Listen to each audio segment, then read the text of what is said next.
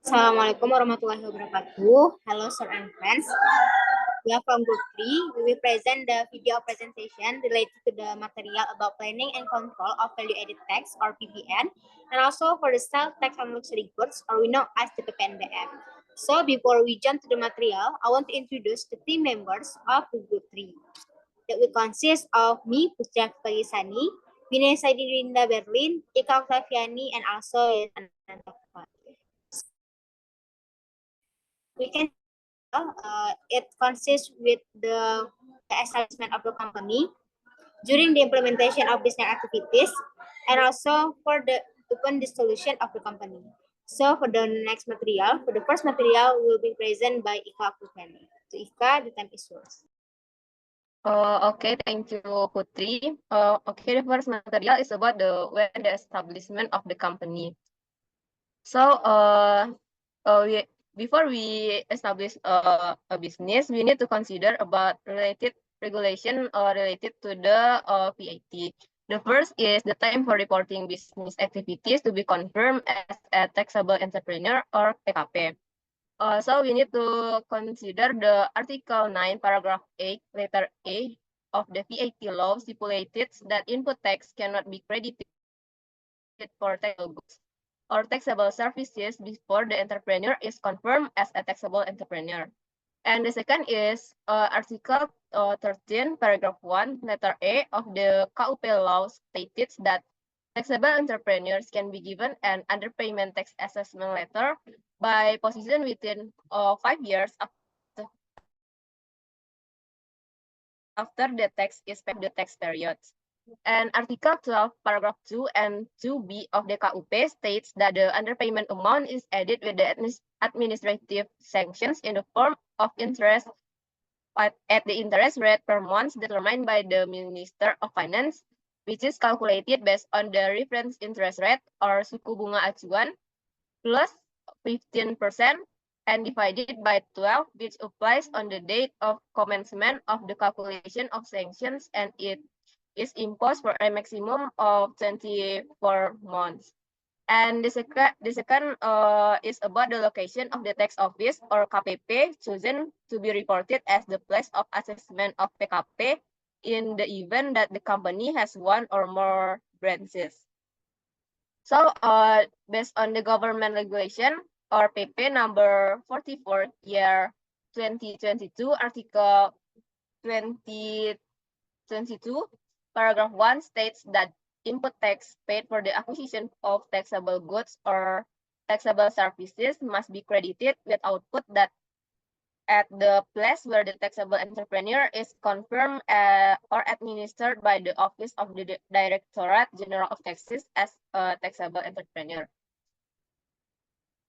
And the next is about certainty that the goods and or service to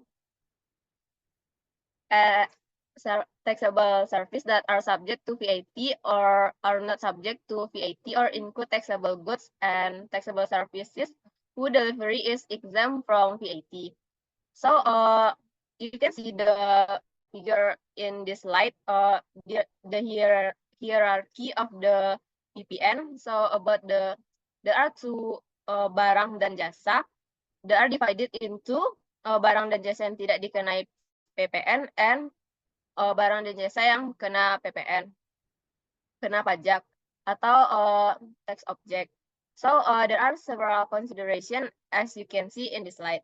So why we need to consider about this? Because there are several conditions. The first is if the company's product have been confirmed from the beginning not to be included in the category of taxable goods or services, the company doesn't need to establish itself as a taxable entrepreneur and try to control input tax on the acquisition of goods or services for production activities. And the second condition, if the company product has been confirmed from the beginning to be included in the category of taxable goods or services whose delivery gets VAT exemptions, then the company must establish itself as a taxable entrepreneur, but the input tax as a whole cannot be credited.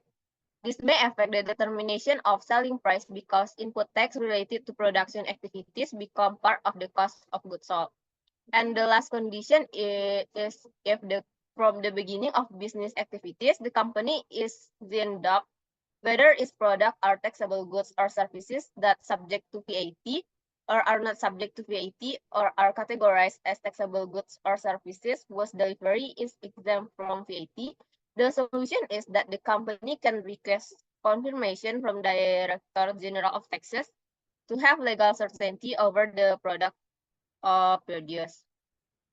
And the next is other things for VAT efficiency when the establishment of the company.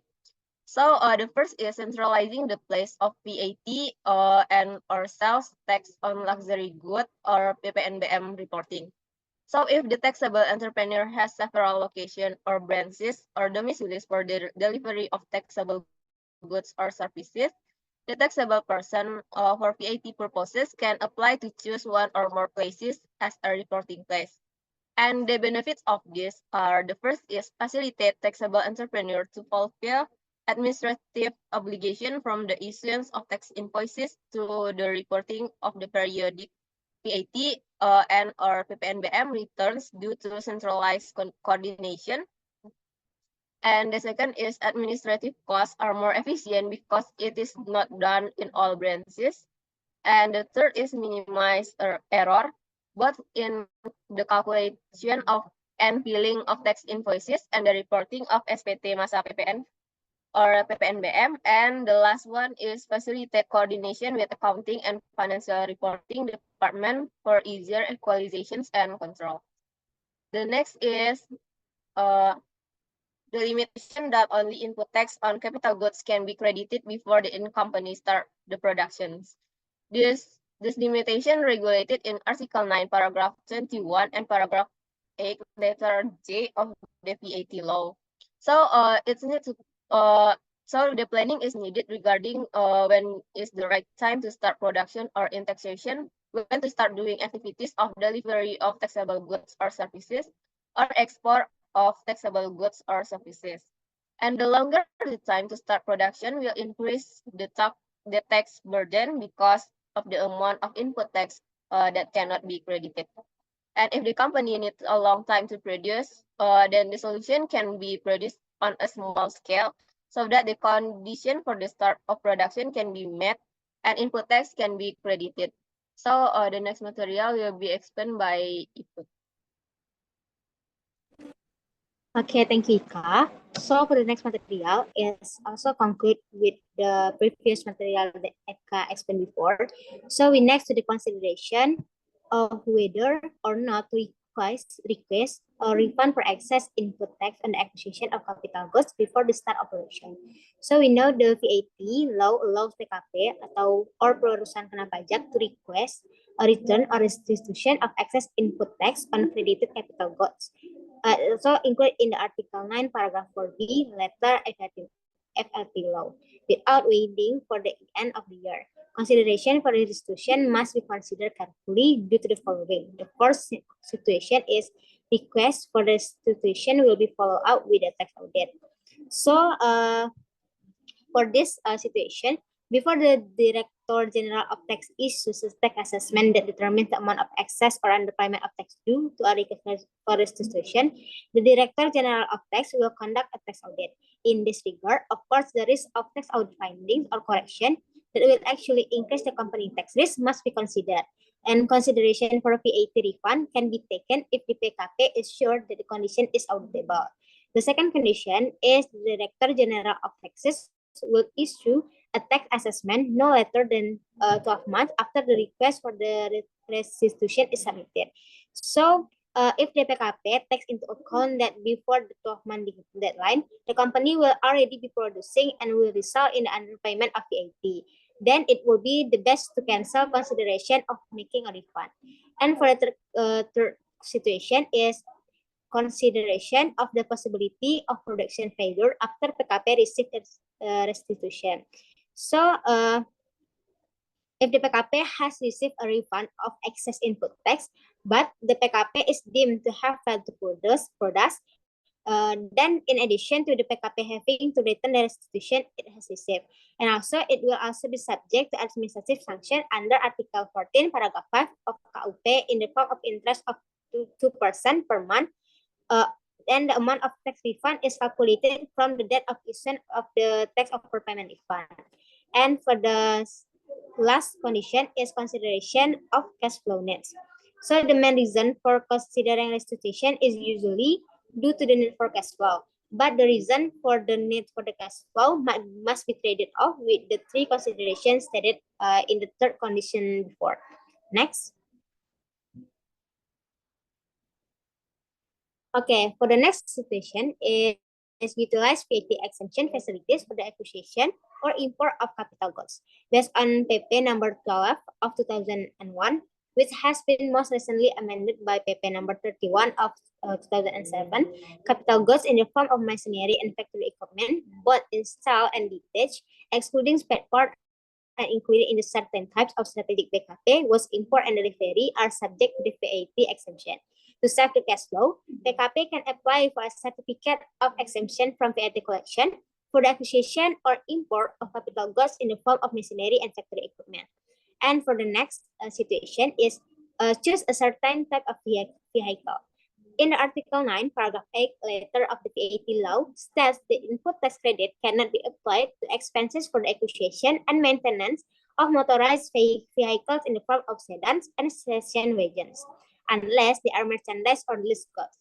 And when the company has started production and plans to procure vehicles, so in order for input tax on vehicle acquisition, must be credited, and the PKP must avoid selecting sedan and station wagon vehicles. Next. And for the last consideration is the consideration for becoming a bond zone entrepreneur. If the company being funded is determined to be a predominantly export-oriented, then so that the company cash flow can be used optimally for working capital needs, the company can consider being designated as bond zone entrepreneur. With the company being designated as the bond zone entrepreneur, the following BKP and or IKP submission will receive free VAT facilities. First one, importing goods from other places within the custom area into the bonded zone for future processing. Second one, the entry of goods and bonded zone production result in the context of subcontracting from other bonded zones or industrial companies in other places within the custom area into the bonded zone. Third, the entry of machine and or moldings for borrowing from other bonded zones or companies in other places within the custom area into the bonded zone. Fourth, importation of production result from other bonded zones or companies in other places in the custom area whose raw materials to be produced production result come from the other places in the custom area for further processing by the bonded zone. Fifth, importation of production result originating from other bonded zones or companies in other places within the custom area whose raw material to produce the production result originate from the other places within the custom area, which will solely be combined with goods produced in the bonded zone for export. And the last one is importing packaging and packaging equipment from other places in the custom area into the bonded zone to become one unit with the bonded zone production result. Next. So after we talk about the PPN and PPNBM in the establishment of the company, we need to consider the PPN and PPNBM during the implementation of business activities. Next.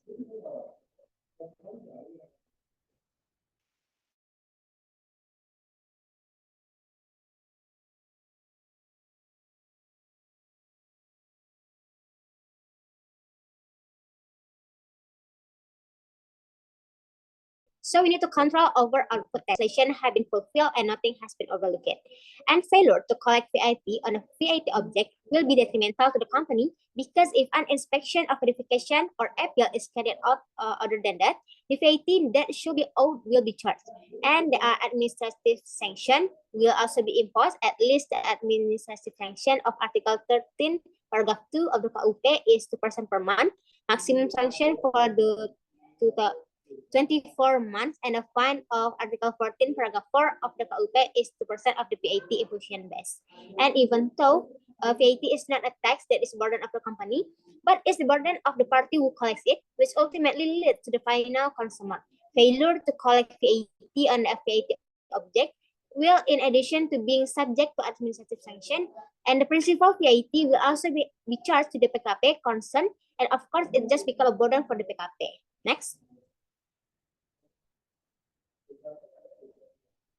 So our obligation to collect VAT is closely related to the object of VAT based on Article 4, paragraph 11, in conjunction with Article 160 and 16D of the VAT law.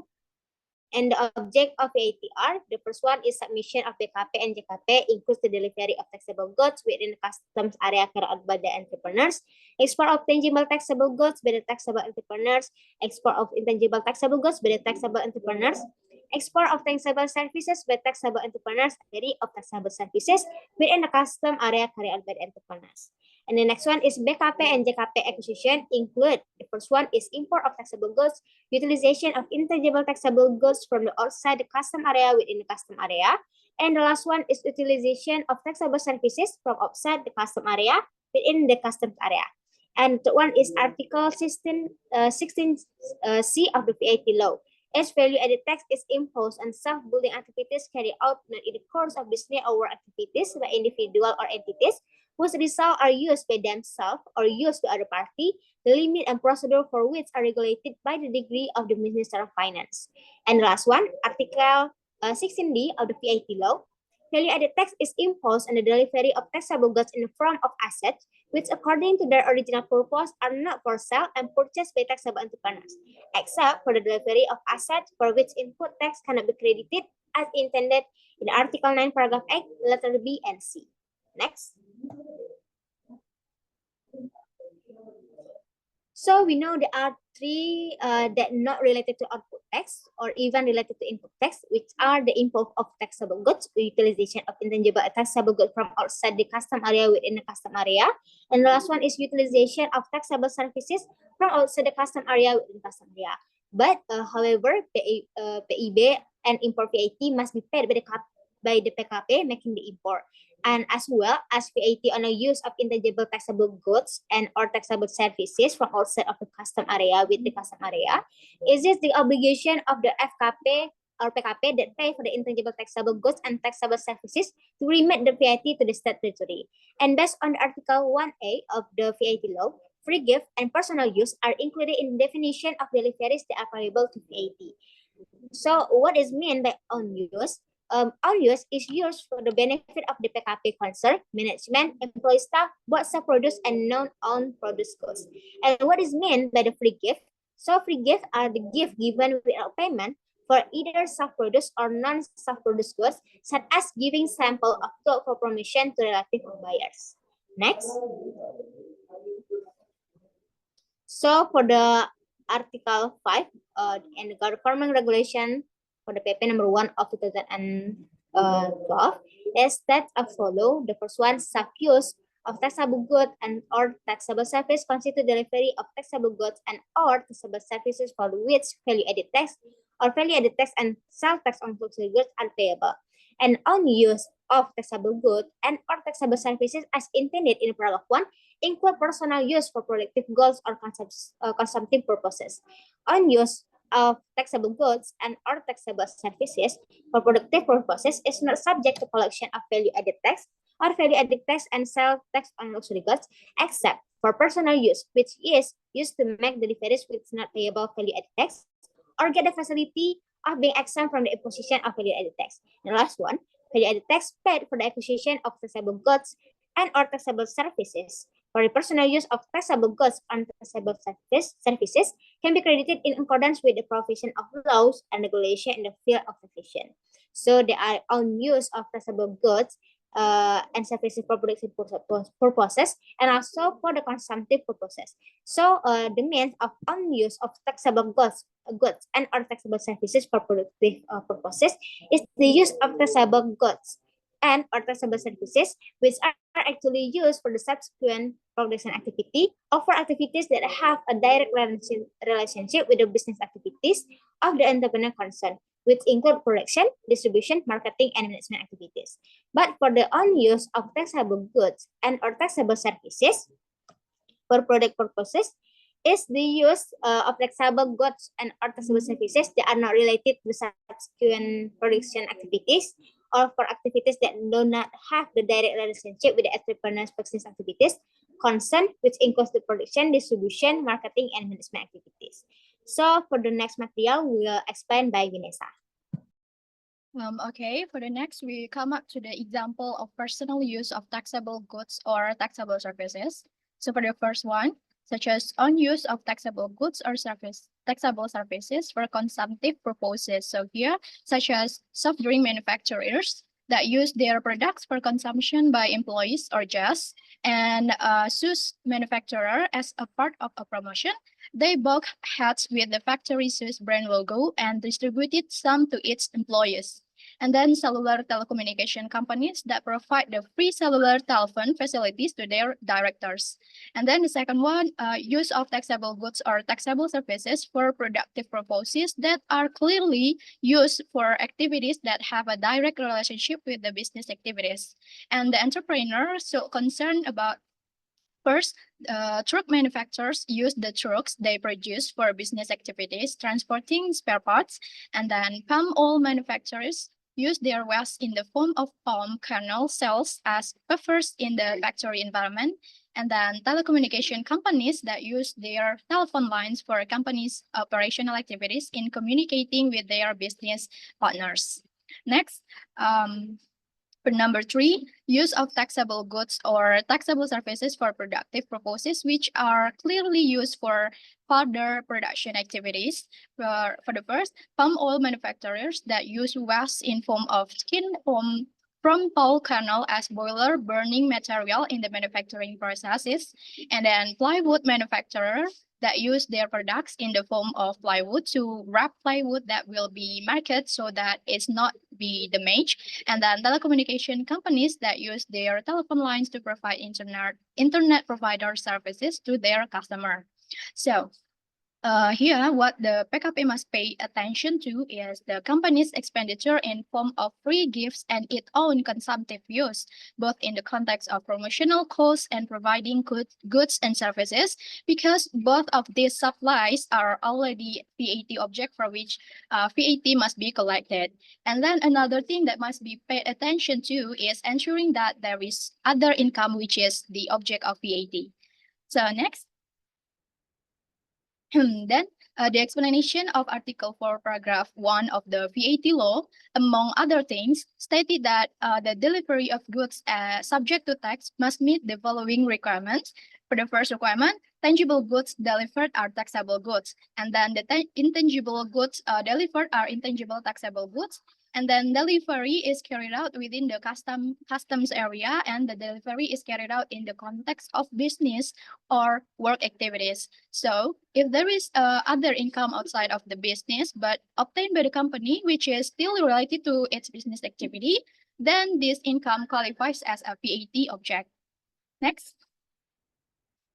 Next, we come up to control of output tax invoices. So this controlling output tax invoices is important so as not to waste the company's finances due to the administrative sanction that caused by the tax invoices issued by the PKP not meeting the formal and material requirements. So in order for the tax invoices issued by PKP to fulfill formal requirements, so PKP must pay attention to the provision of tax invoices regulated in the Article 13, Paragraph 5 of the VAT law in conjunction with the regulation of the Director General of Taxes number per 2024 PG 2012 that concerning form size procedures for filling out information, notification procedures for making, and procedure for correction or replacement, and procedure for cancellation of tax invoices as amended by the Director General of Taxes Regulation number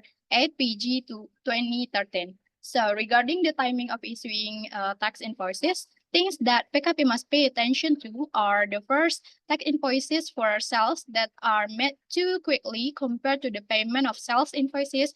Will cause the cash flow difficulties. So the obligation to deposit VAT on tax invoices issued at the end of the following month before reporting the periodic VAT SPT that can waste the company's cash flow if the company purchasing or receiving BKP or JKP is very slow in making payments on invoices for sales or delivery of BKP or JKP whose VAT has already been paid. So must first be deposited by the company selling or delivering BKP or JKP. So to overcome this, the company should treat the buyers or recipient of BKP or JKP whose payments take longer than 1 month. Next. And then it is mandatory to deposit a down payment of at least the amount of VAT that will be paid by the company, so that the company does not need to sacrifice its cash flow to pay the VAT in advance on bills that have not been paid by the buyer. And then if the buyer is not willing to deposit a down payment, then the strategy that can be used is to submit the BKP or JKP and issue a tax invoice at the time of delivery at the beginning of the month, so that it is hoped that within the next 2 months, the buyer will have paid off the company's bill and the company will not need to sacrificing cash flow to pay the VAT out first. And then second, tax invoices submitted late will be subject to the administrative sanctions. So actually, delays in issuing tax invoices before the due time will be subject to the administrative sanction in Article 14, Paragraph 4 KUP, even if the delay exceeds the time limit of 3 months from the time the tax invoice should have been issued. Then the PKP concerned is deemed to not to have issued a tax invoice. So because of this, it is best for companies to have adequate control so that no tax invoices are issued late, so that companies avoid the unnecessary administrative sanction. So next, we come out to the control over input tax. So here regarding input tax, what must be taken into account are the provision regulated in Article 9, Paragraph 8 of the VAT law. Article number, then utilization of intangible taxable goods or utilization of taxable services from outside the customs area before the entrepreneur is confirmed as a taxable entrepreneur, and then delated. And then acquisition of taxable goods or taxable services whose tax invoice does not meet the provisions as intended in Article 13, Paragraph 5 or Paragraph 9, or does not include the name, address, and taxpayer identification number of purchaser of taxable goods or recipient of taxable services. And then utilization of taxable goods, intangible or utilization of taxable services from outside the custom area whose tax invoice does not meet the provision as intended in Article 13, Paragraph 6. So, and then acquisition of taxable goods or taxable products for which input tax is collected by issuing a tax assessment. And then acquisition of taxable goods or taxable services whose input tax is not reported in the value-added tax notification letter, which is discovered at the time of the audit. And then acquisition of taxable goods or other than capital goods or taxable services before the taxable entrepreneur produce as intended in Paragraph 2A. And next. So next, we come up to the control over the fulfillment of VAT administrative obligation.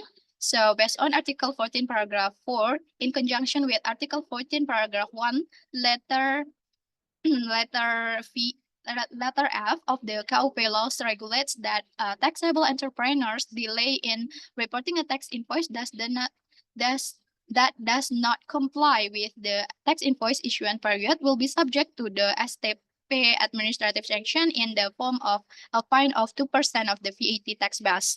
And in order to avoid the sanction in Article 14, Paragraph 4, the company must guarantee that there is no delay in reporting the tax invoice that has been issued. And then next is upon dissolution of the company. So regarding the dissolution of a company, the thing that the company must pay attention to is the provisions of Article 1A, Paragraph 1, letter E of the VAT law, which states that what is included in the definition of delivery of taxable goods is taxable goods are in the form of inventory and or other assets, which according to their original purpose are not for sale and purchase, which remain at the time of dissolution of the company. So this means that at the time of dissolution of the company, the PKP concerned must collect and remit the VAT payable on the taxable goods in form of supplies or assets which according to their original purpose. Okay, the next is case from the explanation before. We can learn about the case VAT planning and control. Next. Okay, in the case, PT Japanindo Snack or PTJS is a joint venture company formed between PT Indo Snack Makmur or PTIM and Japan Food Corporation GFC, with the shareholder composition of the GFC is 60% and PTIM is the 40%. And PTJS was established in July 2013 after obtaining approval from PKPM, processing all the business license, validating the date of establishment, and obtaining an NPWP register at the KPP Pratama, Jakarta Setiabudi 1. The initial paid-up capital of PTJS amount to 500 billion. Since the establishment of the PTJS, the owner agreed that in order for the PTJS to operate immediately, PTJS will purchase two factories owned by PT Indo Snack Jaya or PTIJ, which is a group company with the PTIM. The two factories owned the PTIM, PTIJ are located in Sidoarjo and Mojokerto. PTIJ is registered at the KPP Madya Sidoarjo. Okay, as you can see in the slide, this is a table of the asset from the PTIJ. There is two factory. There is a factory Sidoarjo and factory Mojokerto. On the August 2002-2013, a date of sale of asset was signed by PTII to PTJS with a sale price based on a price value as of July 31, 2013. Next. From the case, we can ask the question. The question 4 is, when and where should the PTJS report its business activities to be confirmed as a taxable entrepreneur, and explain why? Okay, the answer is the PTJS should be confirmed as a PKP before the transfer of the asset from the PTI, namely before the August 2013, and then PTJS should be confirmed as PKP so that all input tax paid by PTJS to PTIJ can be credited by the PTJS. PTJS should be report itself as a PKP at KPP Pratama Sidoarjo and KPP Pratama Mojokerto, because if the PTJS is confirmed as a PKP in Jakarta, the input tax in Sidoarjo and Mojokerto cannot be credited. And the second question, how much VAT should be collected by PTIJ from the asset transfer transaction to PTJS, and explain. As you can see in the slide, there is a type of asset and the appraisal value from the Sidoarjo factory and Mojokerto factory, and then pajak masuk dapat dikredit, and then after all we can calculate and we can get the appraisal value from the Sidoarjo factory is 62 million, and then Mojokerto factory is 104 million, and then for the total of the both is the 166 billion, and then for the pajak masukan that can be credited is the 16,000 million, and then for the Jeep and sedan there is cannot be collect as an VAT based on the article 16D because the pajak masukan atas perolehan aset tersebut cannot be credited. Next. And the next question is, how much VAT can be credited as an input tax credit PTJS, and what are the requirements that must be met in order for the VAT to be credited as input tax for PTJS? So all the input tax can be credited because the provided that the PTIS must start production immediately. And the fourth question, can the creditable input tax be refunded? And if yes, what are the reason and condition? Yes, the input tax can be refunded, and then for the condition is that there must be production activity. And for the last question from the case number 1 is the if the VAT on the purchase of the PTIS asset or the PTIJ is refundable, should the input VAT be refunded or compensated? What are the basic reasons that should be considered to make a restitution or compensation decision? So it should be considered that restitution will take at least 12 months, and if there is a dispute that escalates to the objection and appeal process, it will take at least 3 times 12 months, or we can take at least 36 months. Next. So based on the case before, there is case continue based on the case before. And then based on the case before, after the transfer of the asset, PTJS start its business operation on September 1, 2012 and 13.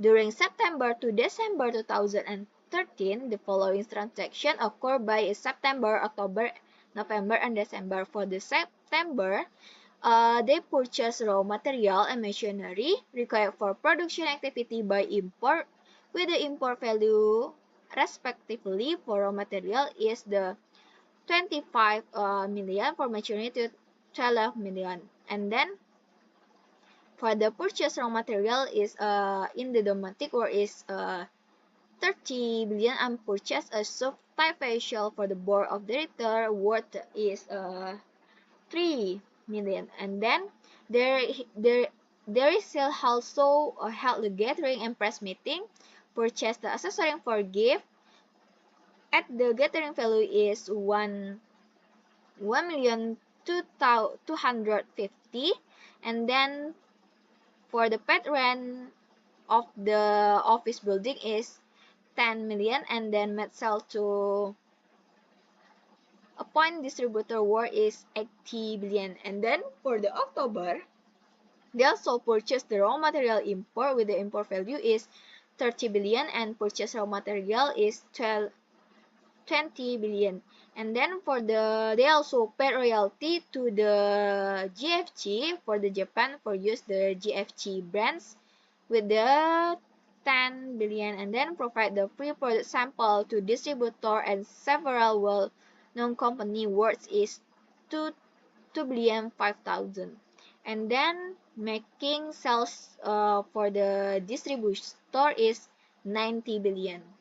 Next, for the November, they also purchased raw material with the import value 40 billion, and then purchase for the material in the domestic market at 20 billion, and they also pay royalty to the PTIM is the 8 billion, and then provide the company product like is to employee is the 300 billion, with the selling price with profit include the 20%, and also several orphanage in East Java with the profit include 20%, and then they also made sales distributor to the Indonesia, expect Batam Island, and distributor in Batam prison. And for the last month is the December, they also purchased the raw material with the import 10 billion, and for the domestic is 10 billion, and then sold product to the Pertamina 2 billion, and made sales to a point distributor 70 billion. Next.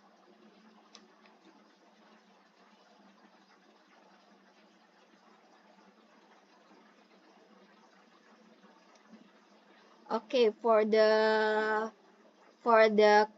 case before, we can answer the question. The first question is calculate the amount of VAT input and output for the September to December treat 2013 transaction, then determine the amount of VAT under or overpaid at the end of the December 2013. We can calculate for the each month like September, October, November until December with the transaction before like bahan baku impor or make buy several raw material and do the transaction before with the DPP and then pajak masukan, pajak keluaran, then we can get the pajak masukan that can be credited. And then for the each month have the total amount with the several type. Next. There is calculate for the November and December. Next.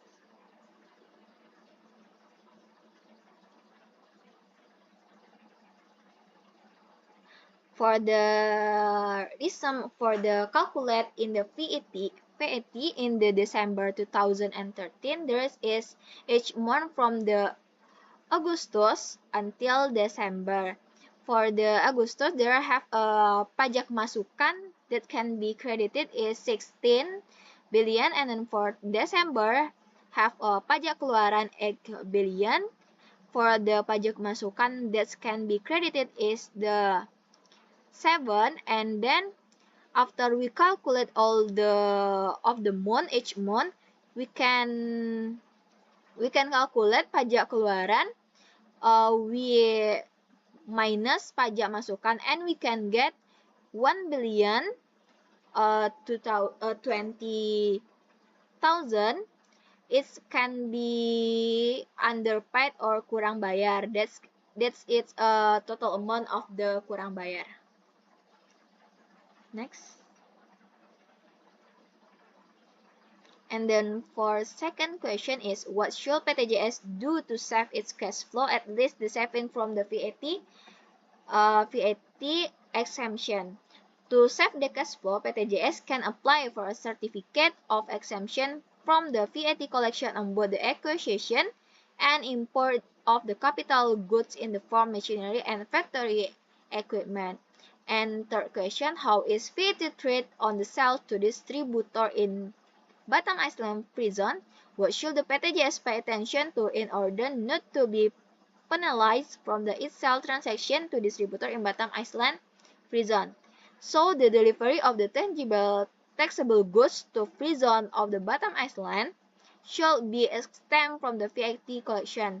Therefore, PTIS shall request a document from the buyer in Batam Island in the form of the PT-PTZ 3 document endorsed by KPP Madya Batam stating that is exempt from the VAT collection and tax invoice issued by PTJS shall be stamped is VAT is not collected in accordance with the PP number 10/2012. So, in the fourth question, how is the VAT treatment of sales to PT Pertamina? What matter must be considered by PTJS in order not to be penalized from its sale transaction to PT Pertamina? Since the PT Pertamina as a state-owned enterprise is appointed as a VAT collector, the delivery of the PTJS to Pertamina is VAT collected by Pertamina.